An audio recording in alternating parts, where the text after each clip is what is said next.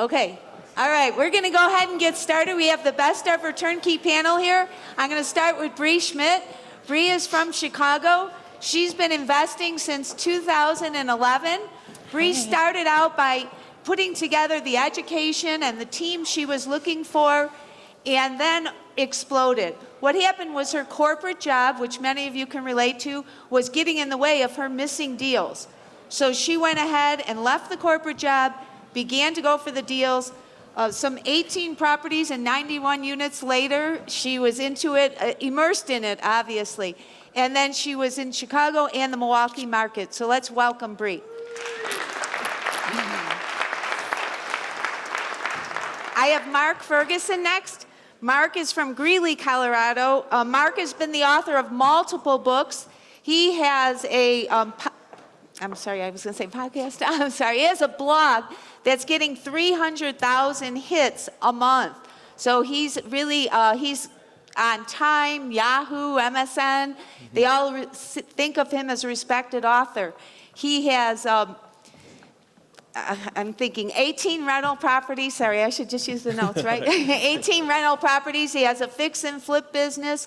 He has a real estate office. He has a team of 8 people that sold over 500 properties just the last year. So welcome, Mark. Yeah, thank you. Better just use my notes. Marco Santarelli is next up. He's an investor, author, and founder of Narada Real Estate Investments.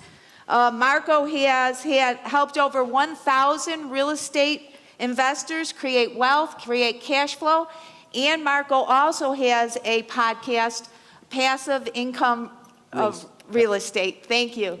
So we have a great panel. How many of you are involved with Turnkey or know someone involved with Turnkey or thinking of getting involved in Turnkey? All right, there we go. So how about if I ask the panelists to tell you just how they would define that for you? So in case you weren't sure if you should raise your hand, if this is something that you might know of somebody. Should I start? Go ahead and start with Marco. Just kind of define for them, Marco, what you would say, how you would see it in your area. So turnkey is one of those words that has no formal definition in the industry. People throw it around, and often they mean a property that is just rent ready, but not more than that. So you could find a property on the MLS that is in good shape, but not newly refurbished, and it's rent ready. It's, I think, a mistake to call it a turnkey property. The way we've defined a turnkey property is a property that is in a good market, in a good neighborhood. It's new or newly refurbished. It is built with tenants in mind, so it's an investment grade property. It's ideally leased. It's under professional full-service property management. That's kind of our definition of it. So we differentiate turnkey from just rent-ready properties. That's great. How about you, Mark? Exact same thing. Would you say the Yeah. exact same thing? Any differences you see in different markets, Bree? No, I mean, that's pretty much, you're looking for, it's a passive investment, right? It's someone that does not want to be involved with day-to-day. So they hire out the full refurbishing, the leasing, the management, and they get a check every month and review a statement. And that's kind of what your goal is with turnkey investing. And I'm just thinking, I forgot something really important about Bree. Bree has a turnkey review podcast where she's interviewed people on both sides of this, correct? So that brings an important value to this conference, to the information she could give you. So if we take a look, one of the things when I was looking up questions and I spoke to all the panelists first, one of the things I said is that turnkey providers sometimes can have not the best reputation. And we know that there's good, very good providers such as Marco, and then there's sometimes somewhere in between. So sometimes you'll see people advertise that they can have vacancy rates of 2 to 5% in B and C class areas. And you're all comfortable with that term, the B and C class. So Marco, in a case like that, what type of information would you check when you're talking about 2 to 5%? I'm not sure I understand the question. So I'm sorry, and actually I wasn't going to ask you this one, but we'll go ahead. Sure. B and C class properties, okay, so sometimes a new investor, right, they can't go up there to the top and they're going after the B and C class properties, but the provider themselves is advertising that it's going to have as low as 2 to 5% vacancies. 2 to 5% is a pretty low rate in areas like that. Yeah, so you're really opening up a can of worms because I could talk about that for an hour. Uh-oh. So, we categorize neighborhoods, as A, B, C, and D, and we try to work within A and B type neighborhoods because you have better tenant demographics, you have a better quality product. It gives you a better experience as an investor. When you get down into lower level properties, you tend to have more tenant turnover, tenant issues. Your turnovers are more expensive. It becomes problematic. We like to call tenants your customer, and your customer we classify as being a Nordstrom tenant, a Macy's tenant, or a Walmart tenant. Who do you want to service? And so when you start to define that, it really plays into where you choose to invest. But putting a 2% vacancy factor in a C-level neighborhood just doesn't cut it, because you're probably going to have a high turnover, and you should be budgeting 6 to 8%, if not more. Right. And that's really what some of the cautions that I saw out there, that is sometimes a brand new investor, if they're just thinking of getting into turnkey, that could get them in trouble. How about Right. you, Bree? Well- You hear stories about that? I mean, my comment is this. So you have to understand the turnkey buyer, I think. Turnkey buyers are generally people that are East Coast, West Coast. They've got money. It's too expensive to invest in their area. They have good jobs. They don't want to do this full time. So they're looking for something very passive, and they are investing in markets that they're not familiar with, and neighborhoods they're not familiar with. A lot of times they're even too busy to fly out and even visit the states that they're investing with. So you have to rely on many different things. There's a really great website, I think, called Neighborhood Scout. You can put in an address, it'll pull up a neighborhood, it will give you average price points, it will give you average vacancy rates. I mean, that's just one piece of information, besides going to bigger pockets, asking local investors. I'm being told it's 2 to 5%. What are you seeing in these markets? Utilizing other websites, talking to their clients. There's so many different things that you should be doing as part of your due diligence period, that just believing, they're a sales company. Right? And again, there's good and there's bad, there's honest, there's not honest. You need to verify what you're being told. That's great. I would say on my properties, they're A and B class, and I assume 5% vacancies at a minimum. And I have in-house management from the agents on my own team. And I think 2% is crazy. And we have vacancy rates of 1 to 2% in my area. And, things can go great for 2 years with a tenant, but we had a tenant recently who was a year and a half, perfect, got behind in rent, had to evict him, got in the house, it was trash, there were bed bugs in the house. And one eviction can just destroy your vacancies if all your other properties are great. So I think 5% in a great neighborhood with an awesome property management company, and you don't always know what you're getting with property management with a turnkey company. Great. Thank you. Go ahead. Just one little comment, No? too. It's also going to depend on the market you're in and the tenant class, right? So if the neighborhood that you're investing in is normally having 3 bedrooms, 2 baths, and yours is a 3-1, that's going to affect your potential vacancy rate because it could take you longer to rent it out. Or if you're investing in an apartment building in a neighborhood that's mainly single families, you've got to take all these different factors into consideration, not just what that market can deliver. Okay, so if we're comfortable with the thought of, be careful, check it out, check that vacancy, let's talk about maintenance. And I thought I'd do this one for you, Mark, just because he's done so many fix and flips, he's got so many properties. So when they advertise maintenance and they come up with calculations, how would you say that you look over a property and come up with some calculations on what needs to be done?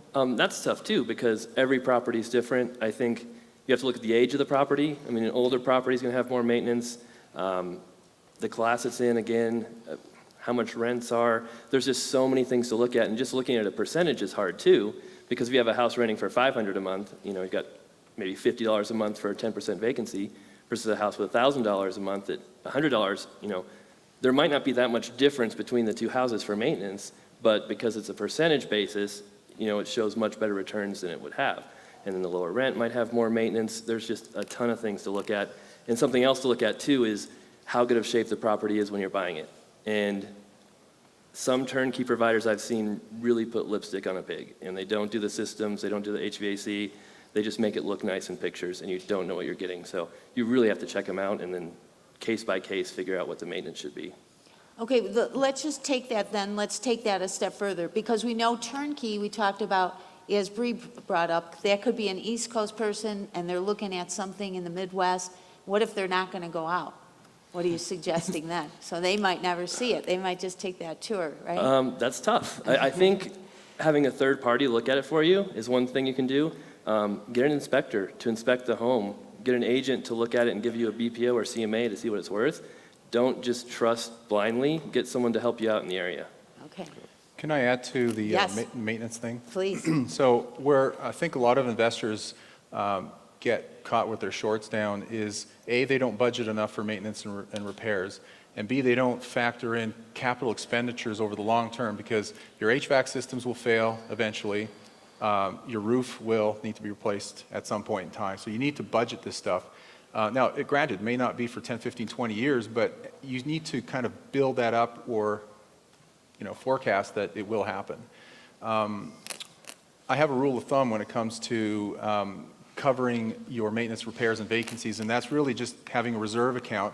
A lot of people, suggest 4 to 8% for maintenance and repairs and 4 to 8% for vacancy, but the thing is it's really hard to pick a number and budget what it's going to be. So the way I like to do it with my properties is I will budget 3 to 4 months worth of gross rent for each door in the beginning. And then as you build your portfolio larger and larger, you can scale that back, because it's not likely you're going to have turnovers all your properties at the same time or have maintenance repairs at your properties at the same time.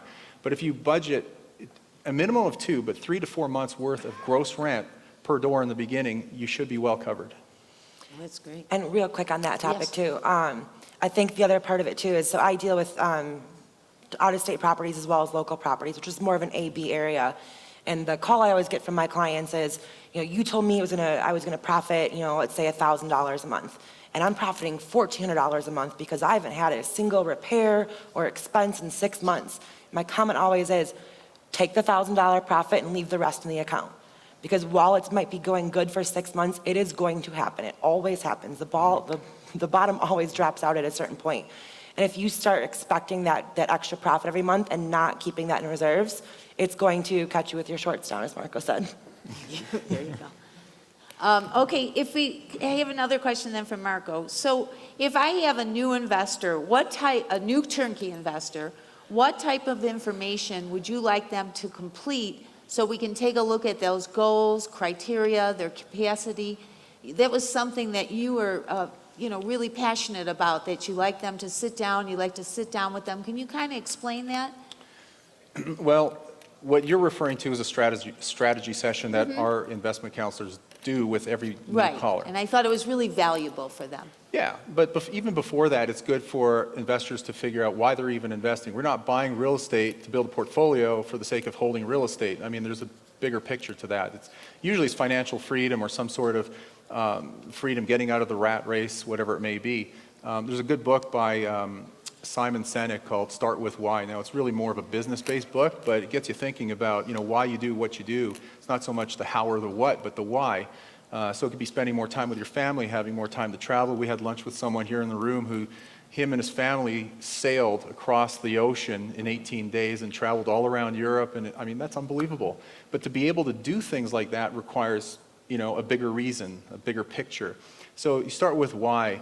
And then you need to analyze what it is you're trying to achieve, set some goals. And if you don't know what they are, you have to stop to think about it, or, we'll walk you through it. We'll talk it out of you.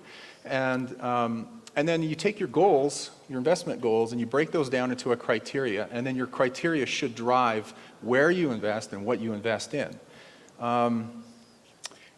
The capacity question really comes down to cash and credit. I like to add a third C in there, and that's your confidence level, because it's like Trevor was talking about before. Your mindset is huge. 80% is what he was saying. So you look at how much cash you have. Do you have the cash to do it? Do you have the credit to do it? If not, get yourself a partner. Do you have the confidence to do it? If you're not ready yet, well, maybe you need to build your confidence up by educating yourself. So those are the things we look at, and that's where you start, and then you go through the process step at a time. That's great. All right, I'm going to ask one that it was talked about a little bit at lunch, and I've heard a few people talking about it in regards to the guarantees. I thought I'll start, I guess, with whoever wants to jump out, but I was going to read that statement. It says, when you're talking about some of the turnkey providers are offering guarantees, and it seems to be something investors are going back and forth, is that good, is that not good? So we thought we'd just kind of take a look at it and let each of the panelists kind of share with you maybe a story of their experience with that. So they're saying, I'm not against a company that's offering guarantees on their homes. However, if they are using that guarantee as a selling tool or a reason for an investor to buy that property, then the investor should really ask the question, why do I need a guarantee? So that was, extracted from one viewpoint of the guarantees. So what's your thoughts on when somebody's offering you come on over and I'm going to give you a guarantee that if anything goes wrong this first year, I'm going to back it up? So could that, Bree, you want to jump in first? Could that be good or bad? Yeah, I mean, this is it's controversial. It's for a sure. topic that's been discussed a million times in our world.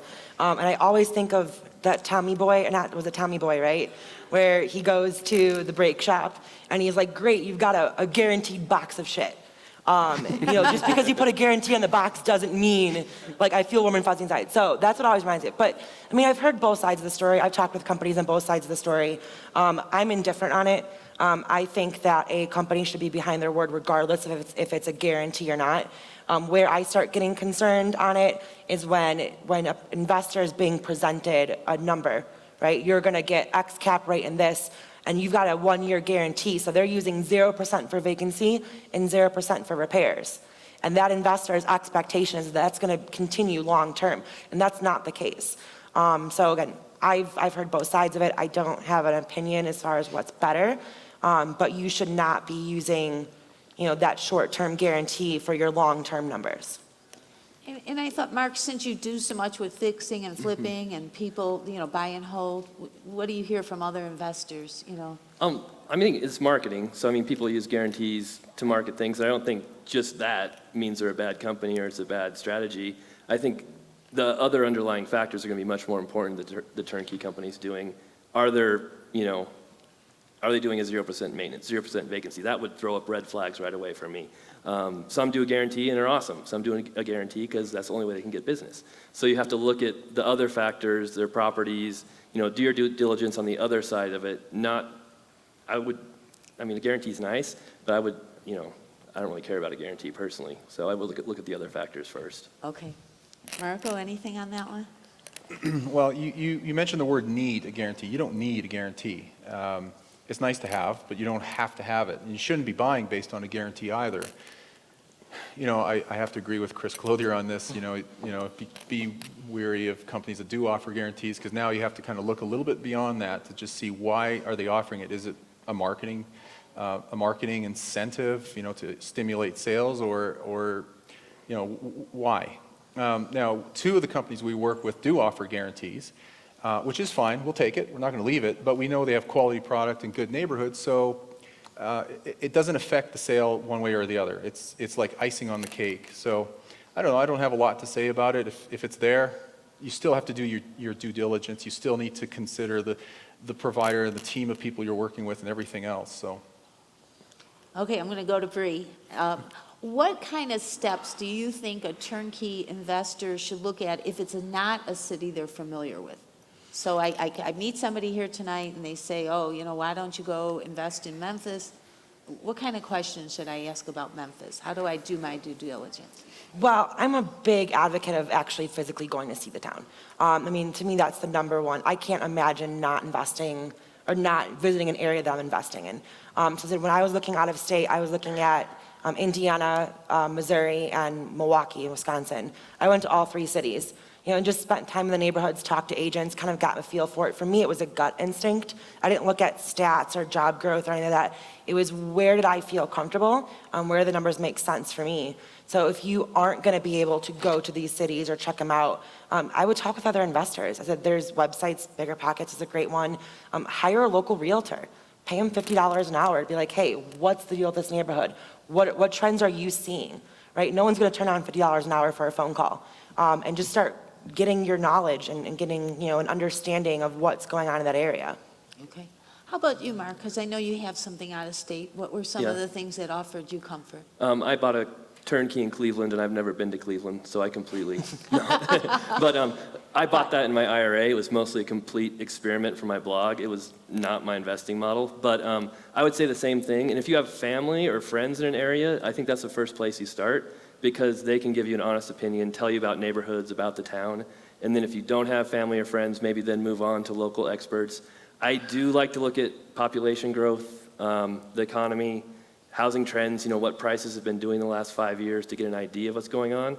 I don't think, those are deal killers, but it kind of gives you an overall picture of what the local housing market's doing, what the economy's doing. If everybody's moving out, that's probably not a good sign for that area, no matter how low prices are. So there's a lot of different factors to look at, but I think you should go to the location as well. I think that's important. Okay. Marco, any thoughts? So I've bought properties that I've never seen to this day, and that's fine.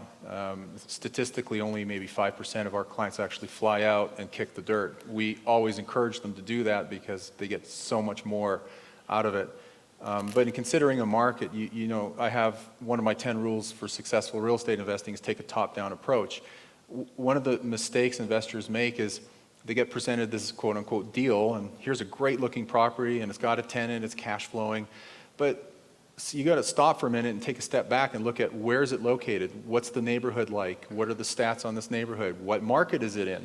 If it's in a war zone, I don't care how nice the property is or how well it cash flows, you're going to have issues down the road. So always start with the market in mind. And then you work your way down to the neighborhood level, and you work your way down to specific properties that meet, again, your criteria that you define in the beginning. And most importantly, you need a good team. You need good real estate agent, you need good contractors, good property management, which is absolutely key. It's really that top-down approach. But you look at, like what Mark was saying, we look at employment, unemployment, job growth, migration trends. United Van Lines and U-Haul both publish an annual survey, which you could just Google and download, and they show you where people are moving to and from.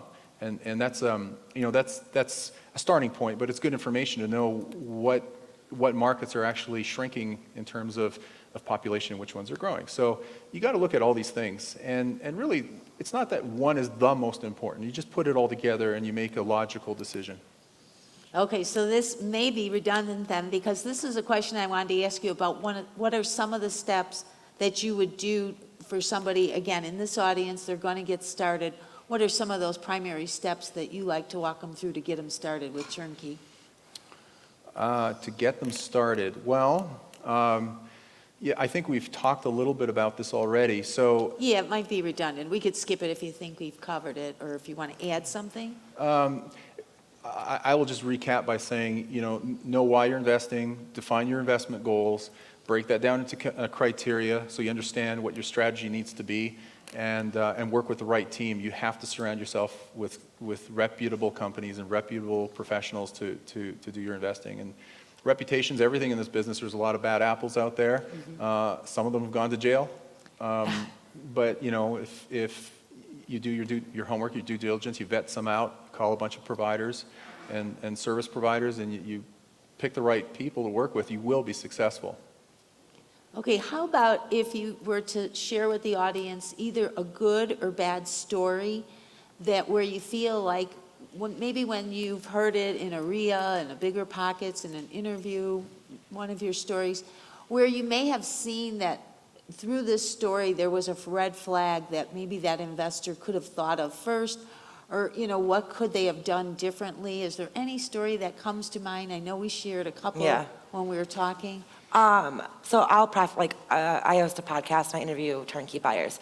I would say 95% of people I've talked to that come in with the right expectations have a really, really good experience. There's very little horror stories, at least on my end, when they were prepared, when they understood what they were doing, and they felt that their expectations were going to be met. But I do have a story where I was interviewing a podcast guest, and he was, I believe, San Francisco based. It was a property in Indianapolis.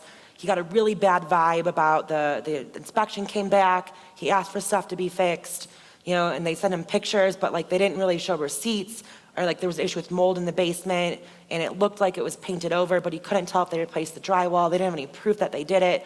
So he ended up backing out of the deal.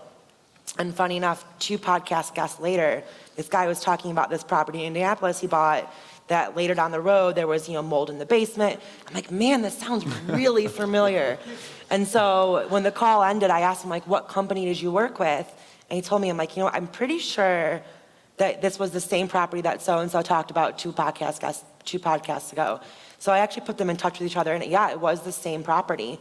So they had lied to the first guy, said that they were going to fix it, but couldn't prove that they were going to do it, and he backed out of it. The second guy saw an inspection report, And they said it was fixed, he believed them, and now he was stuck with a property that had flooding, mold problems, and cost him about $10,000 in the first 90 days of owning it. Unfortunately, the company is one of those that did not live up to their word and did not make it right with him. But again, that's pretty rare. Most companies are reputable. Most companies, stand by their product and their word and have repeat customers. How about you, Mark? Any maintenance stories, anything comes to mind that you think could really help the audience? I think it's just doing your due diligence. I know an investor in the DC area, and there's a turnkey provider doing all kinds of Facebook marketing, pictures. Houses look beautiful online. And then he's like, I just went to go check him out because I wanted to see what he's all about. He saw 3 of the properties. All of them were new paint and new carpet, and that was it. I mean, old furnaces, old pipes, old electrical, and they were just trying to sell them to out-of-state people who would never come see them. So it's just the same thing of making sure you have a third party check it out. If you can't check it out yourself, they should let you have an inspection be done on it to make sure it's in the shape they say it's in. Marco, we talked about coming up with some fundamental rules about investing, about things that, so sometimes when you go to invest, we have like what all of us consider, I'll call it our safety zone, right? What we feel comfortable with, and as Trevor said, things that we might want to stretch, but there should be, let's say, some boundaries into what you wouldn't do. What do you think is a good unconditional rule that, that you can help people coach through them, let's say, and make sure they watch for so they don't, take that risky step? Well, the first one that comes to mind is what we've just been talking about. You have to do your due diligence, and a big part of that is actually your inspection. I personally have made that mistake long ago. This was over 10 years ago, but I've bought properties without doing an inspection, and it cost me dearly. And I think I just put too much faith into the real estate agent I was working with at the time. She was great for the longest time, and I just thought, okay, she's looking out for my best interest, but sure enough, it became a money pit. And so you just can't skip steps. You can't shortcut this. This is, the saying, it's not a get-rich-quick business or plan, and it isn't. You just have to follow the steps, and you have to do them the same every time. No matter how good you are, over time, you can get, a bit of an ego and a little cocky, and you're getting more and more successful, but you got to stick to those basic rules and just don't bypass those. So definitely rule number 1, do your due diligence, never skip the inspection, and have the right team. And don't be afraid to fire people that are working for you, because you have to think of yourself as the CEO of your company. You are the conductor, you set the direction and the strategy, and the people that you bring on, they're there, you're paying them, they're earning their living through working with people like us as investors. So you have to pick the right people and have a certain level of trust, and if they go sideways, you fire them. I think once a year we fire 1 property management company and 1 provider from the people that we work with. Great. My advice would be, and this is my golden rule, just never buy something that you wouldn't live in yourself. If you have missing cabinet doors, or the Formica cabinets or the Formica countertops are cracked, or the bathroom has got black stuff all over it, if you wouldn't live there, why would you expect someone else to live there? And if they are going to live there, what kind of person are you going to be dealing with that is okay living in those sort of conditions or that sort of area? Mark, anything? I would add, I disagree a little bit with that, because I think, condition-wise, yes, I think that's very true. It should be in the same condition, but I think there's so many different types of people in the world, and I hear people say, I wouldn't want to live in that neighborhood, so I don't want to buy a property in that neighborhood, but some people might love that neighborhood. Maybe their mom lives next door. So I try not to say, oh, I'm not going to buy a house because I want to live there. My own thoughts and personal views are so different from everybody else. I try and look at the properties, but there are definitely, you want it to be nice and condition-wise and safe. But I think, I'm open to different types of investments, but, Yeah. I'm a Chicago girl, so I'm used to walking alone at night down side streets and alleys. There's very little that scares me. So if it makes me feel unsafe, there's no way, but.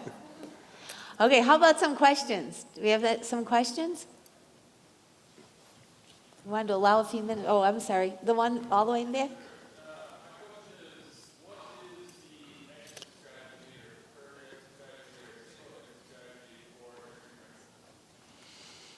I think, I don't sell turnkey rentals myself. I think there's multiple strategies. it's a retail house. You're typically buying single families, depending on the market, sometimes small apartment buildings. It's just like if you were selling that to a home buyer. But I think one of the benefits with turnkey properties is that they already have a network of buyers maybe available for you. So if you're looking to liquidate, they might have someone that's looking for that exact kind of property and can connect you really quickly. Any Marco, other but you probably know better comments? than I do. Marco, any other on exit strategies? Well, as far as an exit strategy, one exit strategy is never sell. If you own a portfolio of properties and they're cash flowing and they're in stable areas and you have no issues, why would you want to sell them? Now, there are some times when you would want to sell them, but not necessarily for the sake of selling them to pull the equity out. You may want to do a tax-deferred exchange, a 1031 exchange into other markets, where you can, A, reset the clock on the depreciation, increase your rate of return, because over time your rate of return diminishes, so you want to bump it up. So you'll either want to move into other markets where there's better opportunity, better cash flow, and or maybe start buying duplexes, fourplexes, or maybe apartments. You'll want to ramp up. You have a portfolio of 1 to 4 units and you want to build a larger portfolio. Most of the clients we deal with typically want to buy and hold. They're not looking to sell it in 3 to 5 years. If they sell it, again, it's just a lateral move to another market where they take that equity and put it to better use, because the return on equity is 0. So as you grow your equity in your portfolio, you want to leverage that equity and build a larger portfolio so you have more cash flow. But most people just put it into their estate, and then eventually it's willed to their family and so on. I have a second question, right there. I was curious to know, as your clients come to you and they want to quote unquote buy properties, is this just a place to kind of park money? In other words, if it's a $100,000 house, do they just park $100,000 there, or do they leverage it and get mortgages on all these turnkey properties? Is that for me? Sure. Okay, so it's not that they're looking to park their cash. In some cases they do, but they're looking for a return. They want a rate of return. They want an inflation hedge. They want cash flow. So it's not that they just want to park it for the sake of parking it. They want better use out of their cash, because if they do nothing with it, it gets eroded away from inflation. Most investors that I know, at least our clients, will leverage. It magnifies your return. It accelerates your wealth creation. Money is cheap today. If you can get 5% financing on 30-year fixed-rate mortgages, why in the heck wouldn't you want to do that? I'd get as much as you can. Stock up on it, because it's historically cheap money, and it's triage. If inflation's at or above the rate of interest on your mortgage financing, I mean, you've got a perfect storm. You're knocking it out of the park. But yeah, they finance it. It's the short answer. They finance it. Yeah, I was going to say, Yeah, go ahead. there are some turnkey companies that only accept cash buyers. It just depends on what their personal preference is. I would say most of the turnkey buyers I know are looking to leverage, because then you can parlay that into more investments, right? So it increases your cash on cash overall. But yeah, some do only accept cash. But the people that I've at least met so far see this as a diversification. They've got money in stocks. This is a stock market to them. They don't want to be hands-on and involved in day-to-day. So they're just looking for an equal return, and leveraging is the best way to do that. Do you have other questions? There we go, a couple more. Either one. I have yellow in the second row, and then right there. What are some of the kind of similarities and differences between doing like a turnkey versus doing investing in a syndicate? Who wants to start? Yeah, there you go. I would say a syndicate's even more hands-off than a turnkey, because you're not really owning the property. Maybe you're owning a percentage of the equity, but you're just getting a return on your money for the most part. I think a turnkey, you have to do much more due diligence. You're kind of the only owner of the property. You're the only one responsible for it, where a syndicate's got a manager who's taking care of the tenants and managing it. So I'd say they're pretty different investments. And then turnkey, since you're the sole owner of the property, you've got tax benefits that you don't necessarily get with syndication. But they're two totally different worlds, I think. Yeah. I would label both of them as passive investments. With turnkey rentals, you're not disengaged. You have to be engaged. You have to be engaged with your property manager. But it's still a passive form of investing. But the key difference is this: you're a direct investor. You're a direct owner. When you're investing in a syndication, you're investing in you don't have the control. It's the syndicator that has the control, and it's a paper asset. I mean, if something happens to the syndication, you're left holding a piece of paper. Whereas if you're a direct investor in real estate, you own the hard asset. So it's a subtle difference, but it's a big difference. So I'm sure this is probably it depends answer, but do you have a feel for sort of a sweet spot for number of properties? Somebody, going out and building a portfolio of 100 turnkeys, there's some landlords in here who would just, roll their eyes and go, what are you thinking? Is there a sort of a strategy of scaling, I guess, is the question, scaling to the point where it's not just a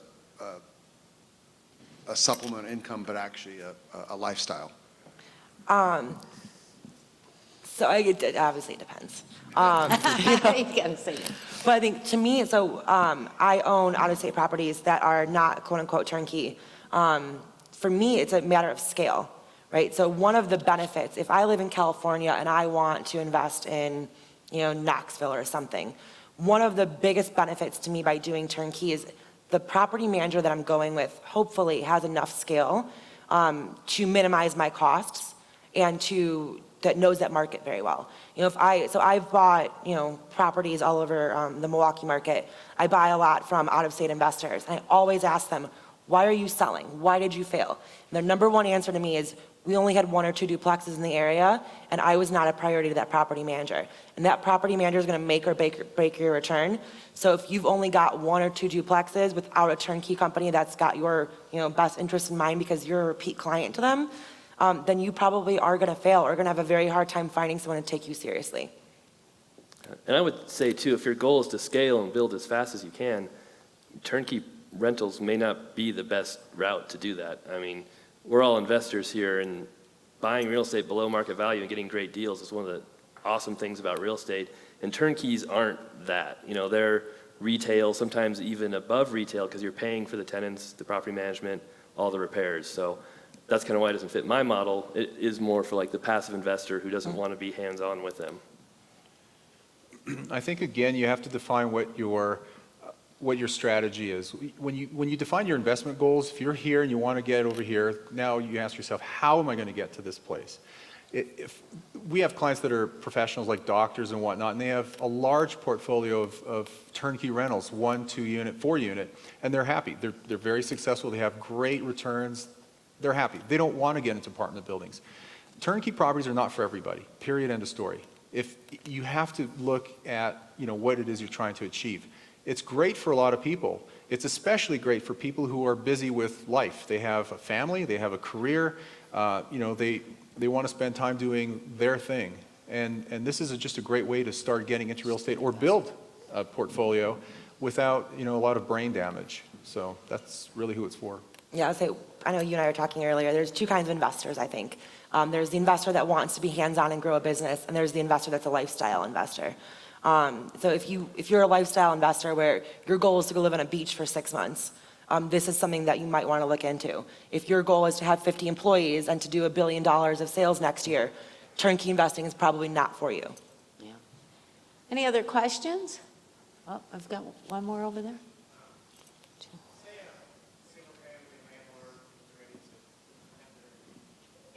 1031. Yeah.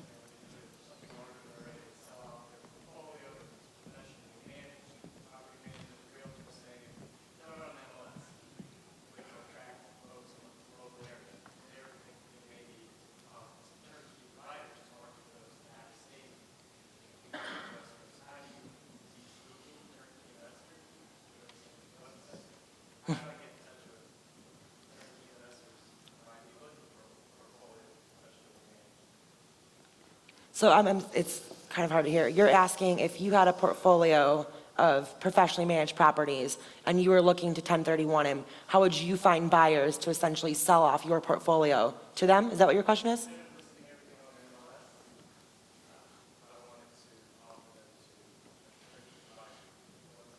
A turnkey provider? Right, he wants them. You can go to my website, www.turnkey-reviews.com. We have over 100 turnkey providers at least listed on the website. So that would be, if it's in Indianapolis or whatever market, you can go and search by city, and that will pull up at least a starting point of turnkey providers for you to start with, or Google. Have you heard of investability.com? They list portfolios of single-family properties for sale all across the country. And they have hedge funds and all types of different buyers for those. So that might be an option too. Okay, one question I wanted to kind of throw out there just to get your, not necessarily turnkey, but today we got to hear about virtual reality. We got to see about the changing demographics of our society. What do you think, what impact will that have on the investor, maybe as a whole, maybe the turnkey, as we see the models start to change now? We have artificial intelligence where we're seeing more, we're able to analyze people's behaviors more. And, you know, it's why every time I open up a Facebook, right, there's the best boots there. Because somebody thinks I like boots. Maybe So, Pascal can get us his virtual reality stuff for the properties. yeah, right. So what do you think? I mean, what do you, I mean, the next 10 years, right, technology will be exploding. What do you think? I don't think technology is going to replace people's need to have a house. Okay. But how will it help you do business maybe differently? What do you think? I mean, the virtual reality thing was just really cool. If you could, especially being, I know Mark has a lot of clients like West Coast, you know, for them to be able to see the property and touch and feel it virtually, I think that would just increase people's level of comfortability.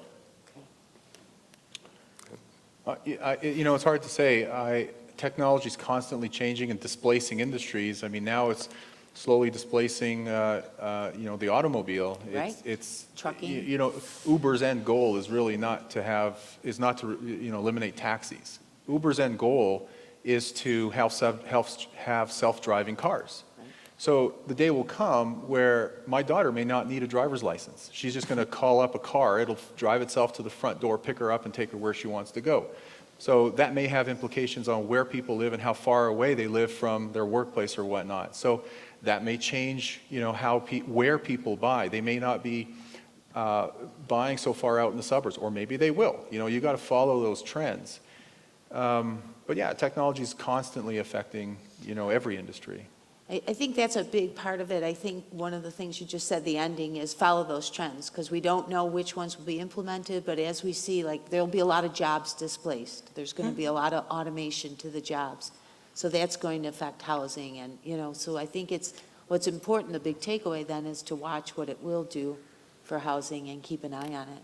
Yeah, and I would say too that, you know, real estate brokers and agents we're told all the time we're going to be replaced by technology. For decades. We're useless. But I think one difference is, you know, every single piece of land is different and unique, and it's not easy to value like a vacation or a rental car. So that, I think there will always be agents, but they do have to constantly evolve and use technology and change with the systems. But just the valuing of property is such an important part of the business, and that's where agents really come into play. Any other? There's two questions here. Oh, two more? I'm sorry. Joe? Marco, working with passive investors over time, have you evolved your conversation with them for what to focus on, like certain metrics or certain ways, or any tips to ultimately close a deal with them when they purchase? Yeah, big time. Great question, because back in 2004, 2005, when all the markets were on fire and people were looking at other people, quote unquote, investing in real estate, which were really doing nothing more than speculating in real estate, buying because they saw the appreciation accumulating so fast that their paper wealth was growing rapidly. The people that got out, whether by design or not, were fortunate. They pulled out a lot of equity and they thought they were brilliant, but you know, that's a matter of right place, right time. But there was a lot of people, by the millions, who got caught with their shorts down, and you know, they were upside down, and you know, they couldn't service the debt, and now they had to short sell the property or get foreclosed on it, and so it ruined their credit, it just created a huge mess. The lesson learned, because history repeats itself and everything goes in cycles, the lesson learned from that is, and this is, again, one of the 10 rules for successful real estate investing that is on the website, invest for cash flow. Because if you're investing for cash flow, you can weather through recessions and market cycles, because guess what? Your property is carrying itself. I like to think of cash flow as the glue that holds the deal together. So your tenant is buying the property for you, not you. And if your tenant's buying down the mortgage, guess what? You have an operating asset, cash flow every month. They're paying it down. You get the equity. You get all the benefits of the real estate, and you can weather the storm, so you could sleep well at night. That was a huge lesson that came out of that 2007-08 crash. Someone else who said had a question? Or just, oh, I'm sorry, right here. So I want to learn from your experiences, like when your experience working with turnkey buyers, do they usually start from like one single family and grow into multi-family? Like, what's that journey? That's a really good question. I would say very little turnkey companies or turnkey buyers end up in the small multifamily.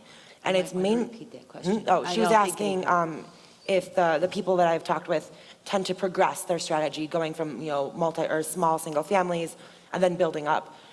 Most of them don't. And I think it's very market specific. So I invest in Chicago, Milwaukee. Those are both very dense urban environments. It's normal to rent an apartment building. But in Kansas City or Memphis or somewhere else, you're not getting A, B type tenants if you're renting a small apartment building. So since the goal of turnkey essentially is to be hands off and to have something that's consistent, they tend to be buying in those, hopefully, A, B areas, and those are single families. Any final thoughts? What do we hear? Oh, go ahead. Well, we've got 18 seconds. I know.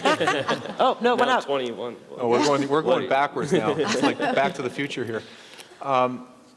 Here's my formula for success. If this is my freebie. So your results. I learned this about 15 years ago, maybe longer, and I spent $35,000 to learn this. My formula for success is your results are equal to what you know, how you feel, what you do. So this is a simple formula. What you know is there's so much you can learn from mentors, books, seminars, events like this, Joe's podcast, my podcast. I mean, knowledge is free. There's so much of it out there. So build your confidence through building your confidence through your competence. So educate yourself. Number 2 is how you feel. It's, again, what Trevor was talking about. If you build your confidence level and you realize it's an attitude and a mindset, you're more likely to take action and move forward. And the last thing is where either the rubber meets the road or you fail because you've done everything else right, but now you hit a wall and you're the only roadblock to yourself, and that is what you do. Take action. A lot of people want to invest. They have a goal in their mind which is not written down, so therefore it's only a wish, but they never take action, so they don't do something. Just take action and do it. Any other parting words? Otherwise, we want to thank them for having the best ever turnkey panel. Thank you.